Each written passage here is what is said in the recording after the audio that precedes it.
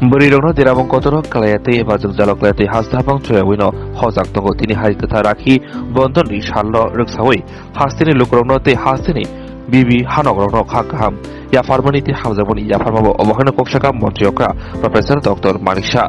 Asuk simia hastino kefekri haste shamdani te nasle mokri haste shamdani koknobo khorsaka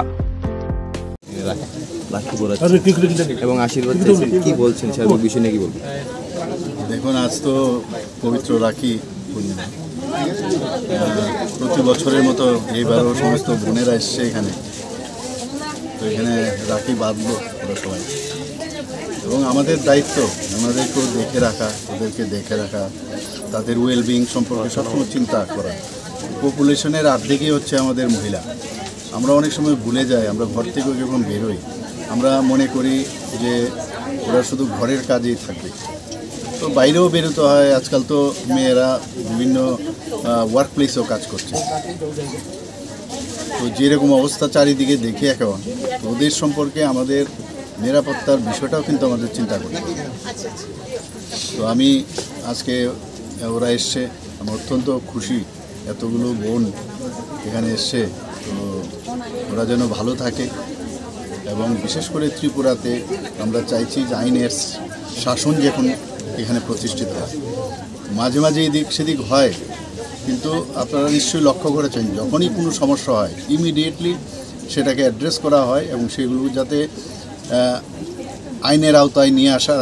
হয় সেই দিকে কিন্তু আমাদের সরকার এবং আমি নিজেও এতে সতর্ক থাকি দেখুন বোনরা যদি খুশি থাকে তাহলে অনেকাংশে কিন্তু আমাদের সুবিধে হয় অনেক জায়গায় এবং আমরা বারবার বলি যে নেশামুক্ত ত্রিপুরা কিন্তু আমার মনে হয় এখন হিংসামুক্ত ত্রিপুরা বলা উচিত আমাদের তো আমাদের একটা ড্রাইভ দিতে হবে হিংসামুক্ত ত্রিপুরা এবং এটা যদি হয় তাহলে রাত্রি বেলাই হোক দিনের বেলাই হোক সকালবেলা যখনই হোক সবাই যেন নিশ্চিন্ত মনে মানুষ কাজ করতে পারে নিশ্চিন্ত মনে সব জায়গায় যেতে পারে রাজনীতিতে আমি প্রায়শই দেখছি বিভিন্ন জায়গায় বিভিন্ন ঘটনা ঘটে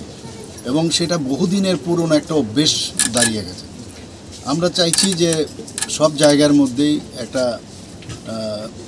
যে প্রীতি এবং ভালো একটা সম্পর্ক রেখে যদি আমরা আমাদের কাজটা করি রাজনীতি তো থাকবেই কিন্তু এগুলো কাম্য নয় আস্তে আস্তে কিন্তু আপনারা নিশ্চয়ই দেখেছেন আগের তুলনায় অনেকটা কিন্তু কমেছে আমরাও চেষ্টা করছি যাতে এটাকে